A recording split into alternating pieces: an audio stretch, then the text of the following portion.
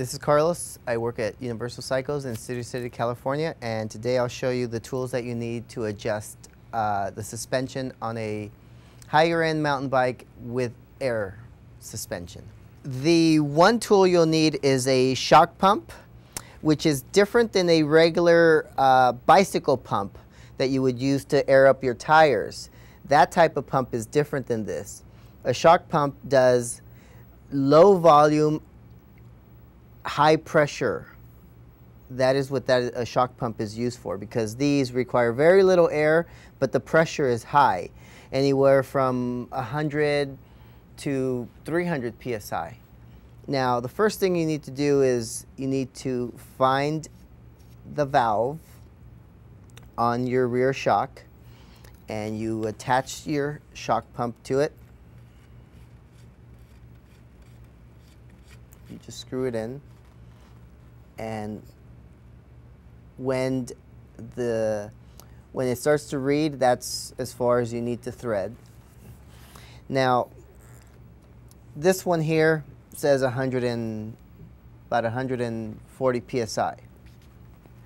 What you want is when you're sitting on the bicycle, you have, every bike is different. This bike here has that much actual travel. What you want to do is you want to get about 20% of this when your whole body weight is on the bike. You want about 20% of what they call sag. That means that when it's all that is compressing the shock is your body weight. You want to use about 20% of the travel here.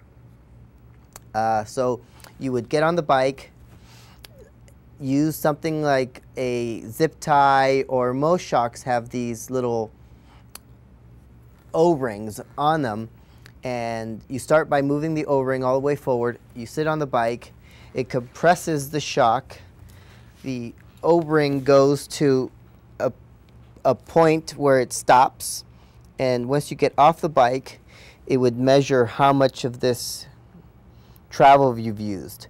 So if you would use a measuring tape, you could measure this, take 20% of that, and that's how much travel you should use. And then you would adjust it. If, let's say, you've used more than 20%, you would add air. And if you've used less than 20%, you would take some air out. So what you really want is about 20% sag. So I'm Carlos, and I just showed you some of the tools required to adjust suspension on a mountain bike.